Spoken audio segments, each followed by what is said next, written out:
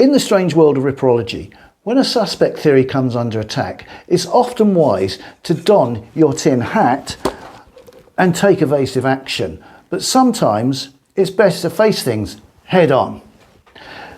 It's fair to say that the suggestion that Charles Lechmere is by far the most likely culprit to be the serial killer known to history as Jack the Ripper attracts opposition in some quarters.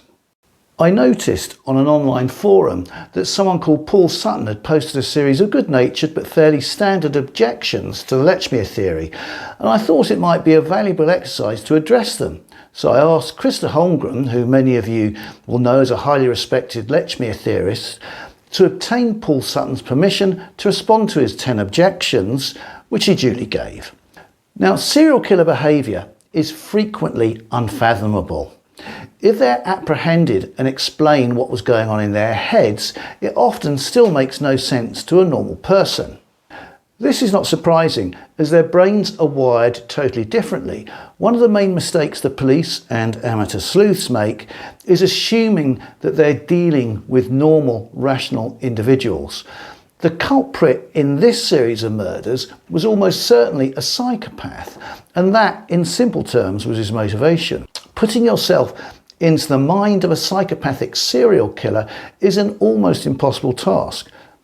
Answering most of the questions here involves doing just that. However, I will answer as per the reasoning of the Lechmere theory, in so much as any one person can presume to do that. It must always be remembered that for Lechmere to be guilty, he must have been a psychopath. His actions, if guilty, can only be judged against that benchmark, not against that of an ordinary nobody. Psychopaths are seldom diagnosed unless some critical event leads to that diagnosis.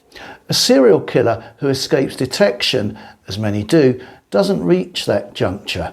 They remain hidden in plain sight. That's enough of the preamble. Let's get straight in with the first question, which I'm going to break down because it's a very long question. I'm going to break it down into bite-sized pieces. Since Jack took incredible risks with all the killings, especially Chapman and Stride, I don't see him being worried about fleeing as Paul approached. Paul couldn't immediately have given chase.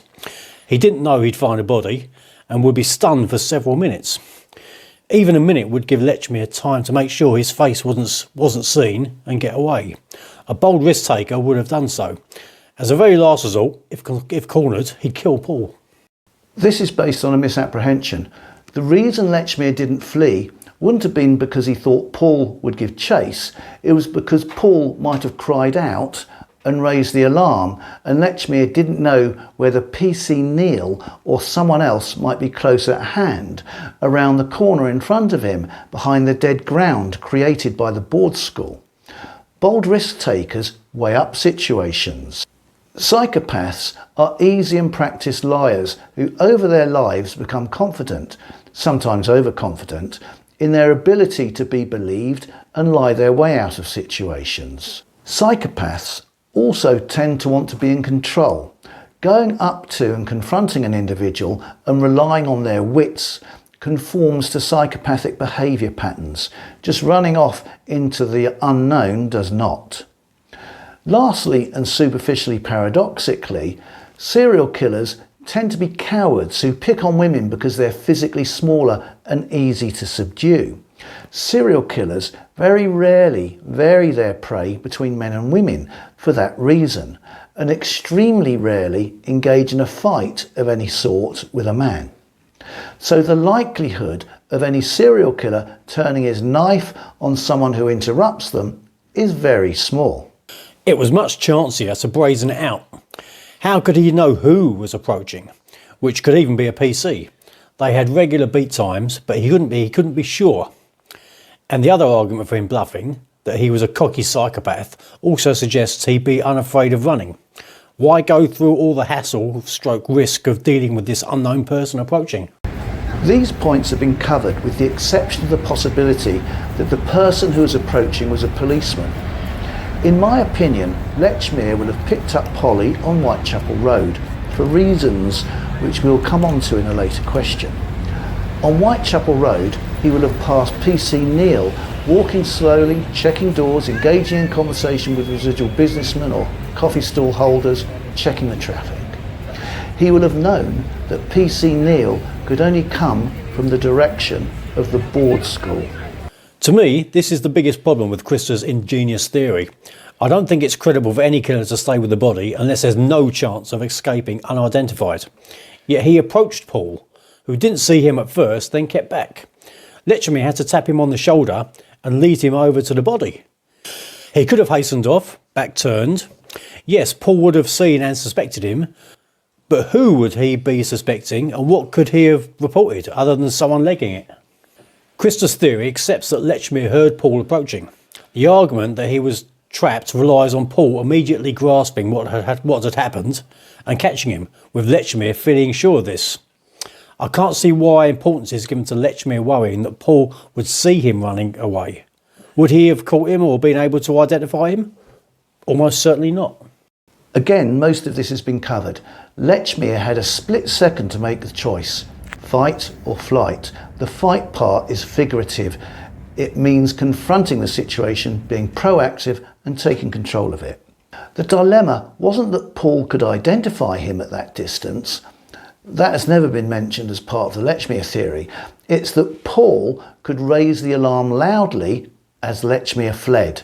If Lechmere could see or hear Paul while he was engrossed in attacking Polly, then it would be a sensible assumption on his part that Paul would see and hear him once he stepped away from the body, but not identifiably see him at that distance and in that light. A couple of other points. Lechmere would not know in advance that Paul would step around him when they met. Paul was 30 or 40 yards away when he noticed Lechmere, and clearly Paul was unaware at that stage what had happened. But a sensible assumption on Lechmere's part would be that once Paul got level with the body, he would notice it, have a look and raise the alarm. A tenuous and slight argument could be attempted that Lechmere was sure he'd be questioned regardless, since this was known to be on his route to work. So if he were the killer and legged it, he'd make himself more suspicious by not having raised the alarm. But that's weak. He could claim not to have seen the body, which is entirely believable. After all, Paul didn't see it initially, and why would Lechmere feel he'd be questioned that his habits were so known? This is not relevant. I don't think being questioned after legging it would have been part of his thought process at the time. Lechmere was dealing with an immediate problem. He needed to extricate himself from the situation without the man who was approaching, who turned out to be Robert Paul, raising a hue and cry when he reached the body, just as Lechmere was running away, possibly into PC Neil or a group of workers from, for example, Harrison Barber, which was around the corner. Paul didn't see the body initially because he was too far away, so that part is irrelevant. Or was Lechmere worried Paul had already recognised him from a distance before he drew level with the body? Presumably people had regular commutes at fairly similar times, so they were familiar by sight with others also trudging along. But there's nothing to suggest this for Lechmere and Paul in their statements. I don't think that formed part of Lechmere's thinking at all. Well, that's the end of question one. It really can be summarised as, should I stay or should I go? If I stay, there will be trouble. If I go, there will be double. But now we'll move on to question two. If killer Lechmere decided to brazen it out, he surely himself claimed to have seen or heard someone running off. He needn't give a description other than of a vanishing back or the sound of running. To not do so seems incredible, largely defeating the object of staying. The only reason I can see for why he didn't, other than his innocence, is that he was worried no one would corroborate this invented fugitive. But why would that be suspicious? If Lechmere were the killer, then by hanging around yet not claiming to have seen / heard anyone else, he's made it more likely he'll be accused. It's irrelevant that, until Krista, no one thought to, though credit to Krista for doing so. Because if Lechmere were the killer masquerading as first witness, he'd have done whatever at the time aided this charade. And claiming to have seen / heard a fugitive obviously would. It's odd to suggest he's crafty enough to bluff things out, yet not to think of this. More likely, he was telling the truth and found a dead / dying Polly and no one else about. The answer is quite simple, obvious, and makes totally rational sense. If Lechmere said he had seen or heard someone scamper off as he approached, then it would make his testimony of the utmost importance. He would probably now be regarded as the most significant witness in the entire case.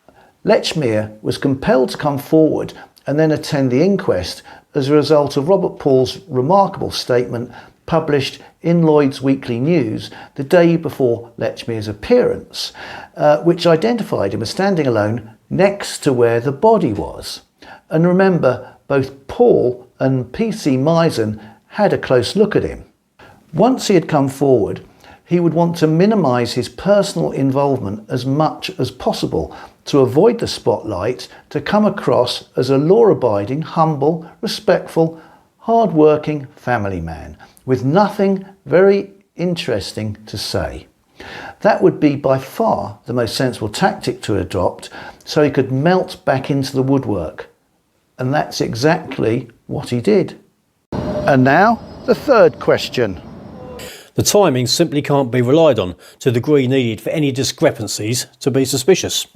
And we've no idea how regular Lechmere's timings were. It's not as if he had a train to catch. When you commute on foot in London, as I did for years, you vary timings depending on route, how knackered you are, getting bored with going one way, building work, streets dug up, etc. How regular Lechmere was, or what routes he took on other occasions, has no bearing on the timings on the morning in question, the 31st of August 1888. The arguments over timings revolve around whether Robert Paul saw him at the crime scene at 3:40 or 3:45 a.m. Lechmere said he left home at about 3:30 a.m. However, in two distinct reports, this is given as 3:20. Why there are two timings is unknown. Perhaps he said 3:20 and then corrected himself. Who knows? But given the earlier time, it's reasonable to assume that the about 3:30 should err on the time slightly before 3:30 rather than a time slightly after 3:30. The only other time given by Lechmere is that he arrived at work at 4 a.m. On the basis of this, and his claim that he was late for work, it's often asserted that his start time was 4 a.m. But we don't know this. All we know is that he claimed to have arrived at Pickford's at Broad Street at 4 a.m. Robert Paul said he entered Bucks Row at exactly 3:45 and soon after saw Lechmere. The final police report that mentioned the time of this incident was by Detective Chief Inspector Donald Swanson, and he plumped for 3:45. The coroner at his inquest said about 3:45, but earlier reports suggest 3:40. Given the length of time it takes to walk between Lechmere's home in Doveton Street and the crime scene at Brown Stable Yard on Bucks Row, if 3:40 is correct, Lechmere must have left home at about 3:33.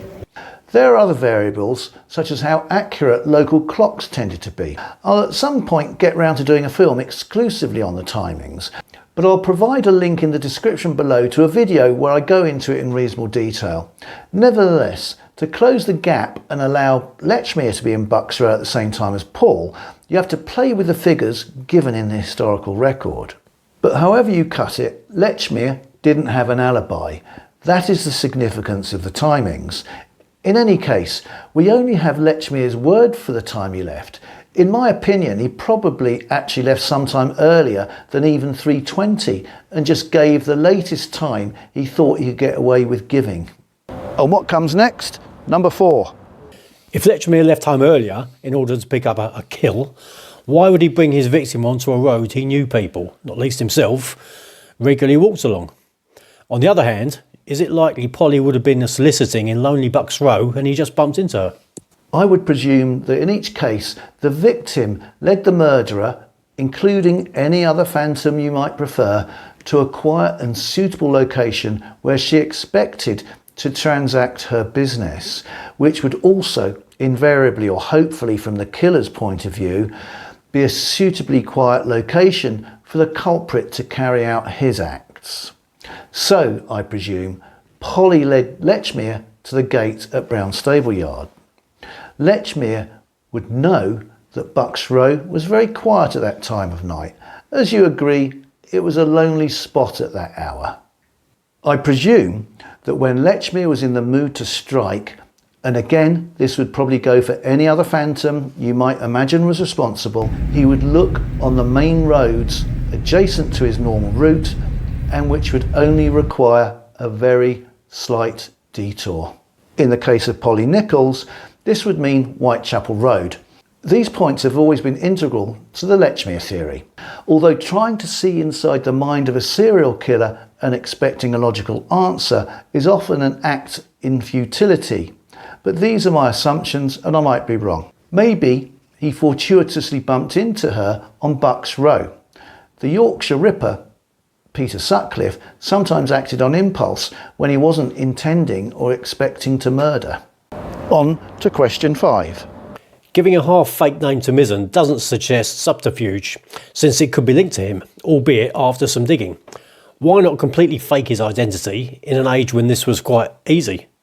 In particular, why give your actual address and workplace? Lechmere gave no name or any personal details to PC Mizzen. Mizzen only found these out at the inquest 3 days later. For Lechmere, the whole point of his conversation with Mizzen was to get past Mizzen without giving him any details or being called back to Bucks Row, while satisfying Paul that a policeman had been told about what they'd seen. In that, Lechmere was totally successful. As I said before, Lechmere was compelled to come forward and appear at the inquest because Paul's newspaper statement compromised him. Lechmere was not to know that the police discounted Paul's story, and Lechmere could have remained hidden. These circumstances conforms to psychopathic behavioural traits, wanting to be in control of the situation, being proactive and trusting his wits, an ability to lie and be believed. Once he had decided to come forward to avoid a dragnet where he might have been caught unawares, even equipped to murder, he was compelled to give as many correct details if possible. If the police decide to follow up on him for some reason and he wasn't where he said he would be, he would have been subjected to the same dragnet he wished to avoid. Giving an alternative name that he was linked to would provide a degree of anonymity while at the same time being explicable if necessary. In the annals of crime, giving false names is very commonplace. Giving a name that is exposed very quickly as being fake is very commonplace. Giving a name that has a family connection is very commonplace. It's easier to remember. From Dick Turpin to Peter Sutcliffe to Rex Hewerman. There are multiple guilty explanations for why he might have been sensitive about using his real name. His wife was illiterate and couldn't read the papers, but she might have heard the name Lechmere on the lips of her neighbours and might have looked askance at her husband. He might have been known to the local prostitutes as Lech the Lech. He might have been known to the police under the name Lechmere. He may have just given the name Cross on impulse. The point of overriding significance is that it's clear that he deliberately chose to withhold the name Lechmere and just give the name Cross to the police and the coroner, when he was swearing to give the truth, the whole truth, and nothing but the truth. It can't be claimed that he was unaware that his true legal and real name was Lechmere. He used that name in every legal interaction in his life, including several other instances in 1888. If he was known as Cross colloquially in some aspects of his life, then why not say, "My name is Charles Lechmere, but I'm also known as Cross." Research has shown that this was common when someone went under two names. He could easily have given an excuse to his workmates or superiors at Pickford's to cover why he solely gave the name Cross and withheld Lechmere. Incidentally, it's possible that Lechmere used the name Cross at an inquest in 1876 held after a carman of that name ran over and killed a child in Islington. There is also good reason to think he either mumbled or got away without giving his address in open court, as only the Star reproduced it exactly. No other newspaper even got an approximation, and the Star got many other details wrong. The Star was an evening newspaper and didn't cover the afternoon session of the inquest. So very possibly during the lunch recess and as he left to file his report, the Star journalist approached the coroner's clerk and obtained the address. The coroner would have had in front of him the names, addresses, occupations and statements of all the witnesses. As we go into question 6, don't forget to subscribe, like, share and comment below. But would any killer ever go to the police when they could avoid doing so? Chris's theory relies on Lechmere having the nerve to murder Polly, yet being mesmerised by the mere presence of Paul and almost clinging to him. Wouldn't he at least have suggested that they split up to maximise the chances of finding a beat Bobby? Then he could have sneaked off and made no police contact. Paul likely wouldn't ever have known. The prosecution will say this all follows from his decision to bluff things out, in which case he must be the meekest and most inflexible serial killer in history, yet also one who went on court, culminating in the Grand Guignol Kelly extravaganza. The claim can be made, with the benefit of hindsight, yes, and he got away with it. But his deliberate choices necessitated attending the inquest and giving evidence, supposedly under a false name. It's not credible a killer would do this. As said, it's been underplayed how easily Lechmere could have eluded Paul.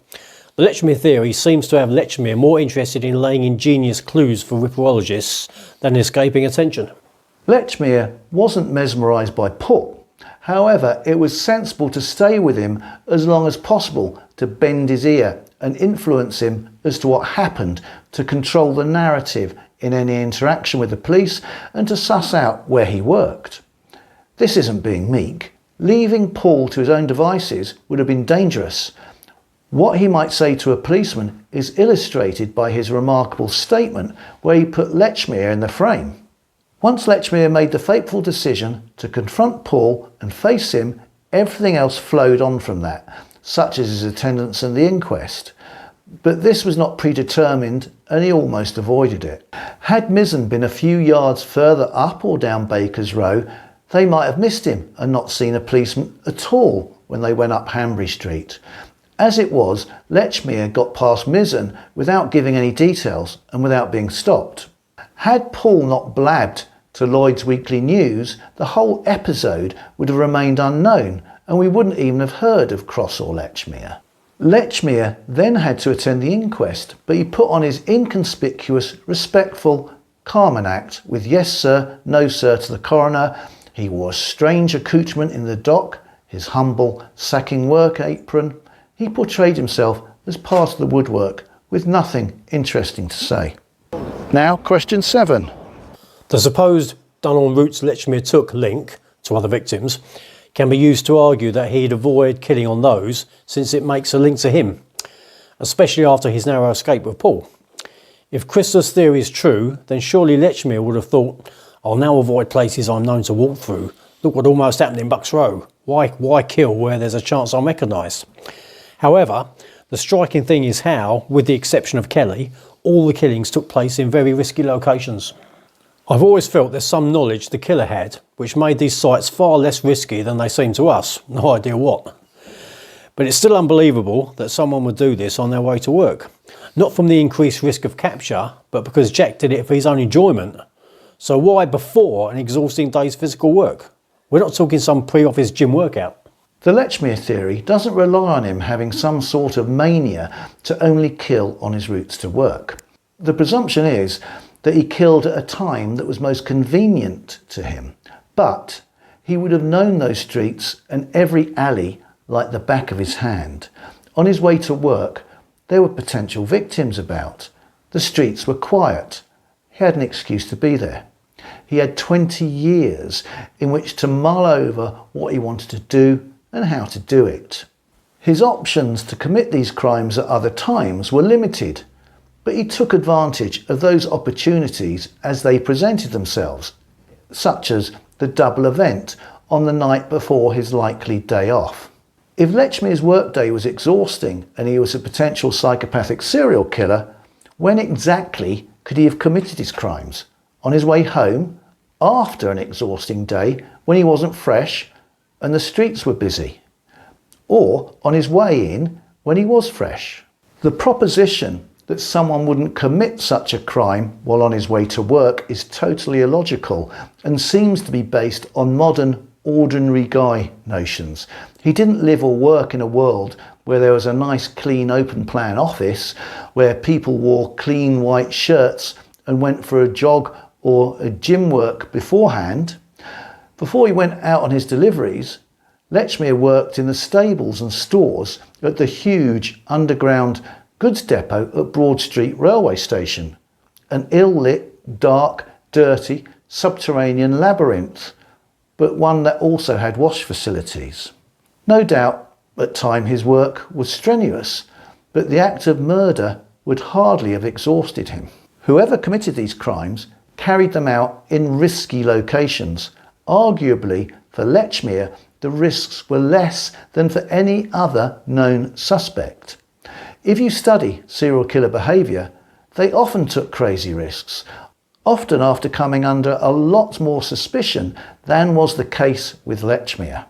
And question 8. Lechmere fits none of the eyewitness crime scene sightings.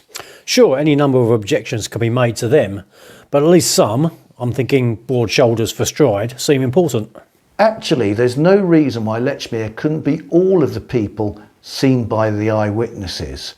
There's nothing in any of the descriptions that excludes Lechmere. Let's look at the descriptions given by the two most prominent eyewitnesses who saw or claimed to see someone with a victim supposedly just before they were killed.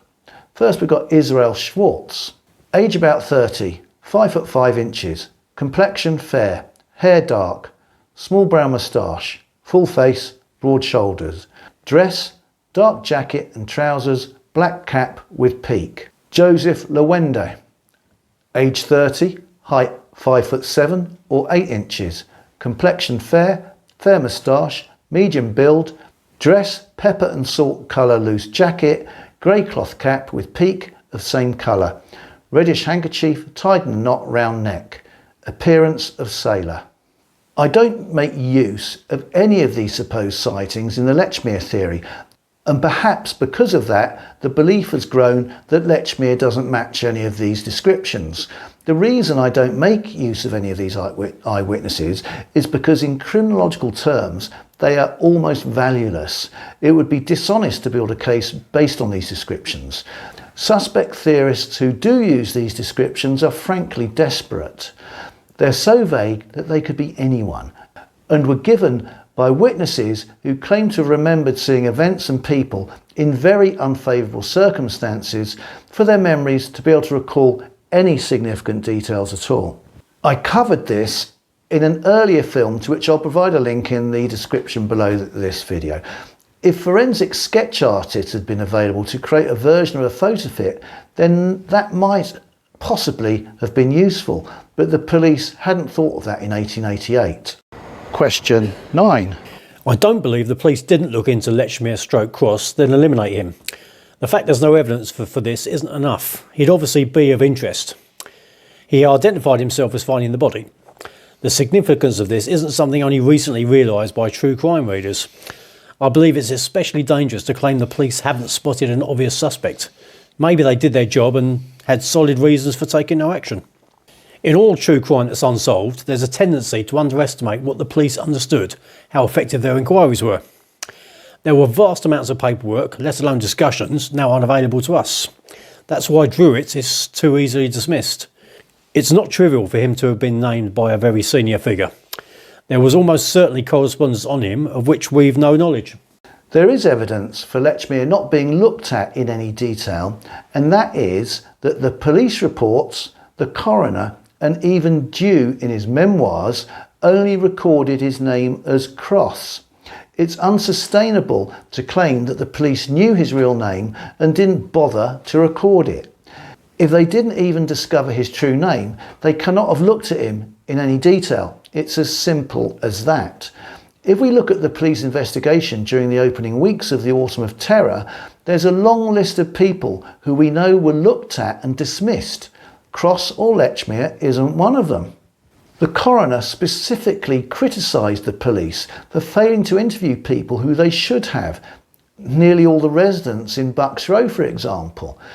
We know the investigation crossed the boundary between H and J divisions, which certainly caused confusion in aligning PC Neal and PC Mizzen's notebook entries, and later between the Metropolitan Police and the City Police. We know Lechmere came forward late, when the investigation had already developed along set tram lines, as so often happens in police investigations. We know that the police were fixated upon finding Leather Apron as the most likely culprit until his apprehension on the 10th of September 1888. We know that the police frequently miss what is right in front of them all along, often as they can't cope due to information overload with one murder after another. There is every reason to assume, in the absence of the slightest evidence to the contrary, that the police messed up, as they so often do in similar cases. As we're in the shoes of a cold case reinvestigator, we can only rely on the information we have, not on inventing police files that say what you want them to say, particularly when all the evidence we have points unmistakably to the conclusion that Lechmere was not put under any scrutiny by the police. Incidentally, if a suspect was interrogated and implicitly cleared by the police, that doesn't stop some people suspecting, for example, Hutchinson or Barnett, or even ludicrously Robert Paul, and the objection that they are investigated is seldom raised. With Lechmere, there's zero evidence he was investigated and plenty to suggest he wasn't. Yet that he must have been investigated is raised as an objection to the Lechmere theory. That is the strange logic that pervades that eccentric field known as Ripperology. Critics of the Lechmere theory want to have it both ways. He's clearly innocent, yet he looks so suspicious the police wouldn't have let him slip through their fingers. I won't be drawn into discussing the contemporary police suspect Montague Druitt here, as I'll discuss him in depth in a future episode. And finally, I hope you're not breathing a sigh of relief. The last one, number 10. There's nothing in what we know of Lechmere to suggest a likely sexual serial killer, whereas there are details from other candidates which do. This isn't a strong point. Plenty of serial killers have been the "he seemed like such a normal bloke" types, but more have a documented history of disturbing behaviour and psychological crises. I don't think that what we know of any of the suspects suggests that they were sexual serial killers. Being a wife killer or a lunatic does not signify. Overt or known lunatics do not make repeat stealth killers. It's as simple as that. Late Victorian police opinions on the matter are of no use whatsoever, as they very clearly didn't have a clue as to what they were dealing with. They described Ostrog as a homicidal maniac and cruel to women, when there is nothing in his record to suggest this is true. Again, see my earlier film on this in the description below. Rex Heuermann, the presumed Long Island serial killer, Joseph DeAngelo, the Golden State Killer, Dennis Rader, known as BTK for blind, torture, kill, Steve Wright, the Suffolk Strangler, Dennis Nielsen, Peter Sutcliffe, Ted Bundy, Jeff Dahmer. I could go on and on and on and on. They passed as normal bloke types until arrested and put under the microscope. That's the nature of the beast. Their true nature only becomes apparent after the fact. So this is a non-starter as a criticism. So there we are, all the questions answered, successfully I hope. The majority of the questions revolved around whether you think it was likely that Lechmere would do this or do that, or whether he'd respond in this way or respond in that way.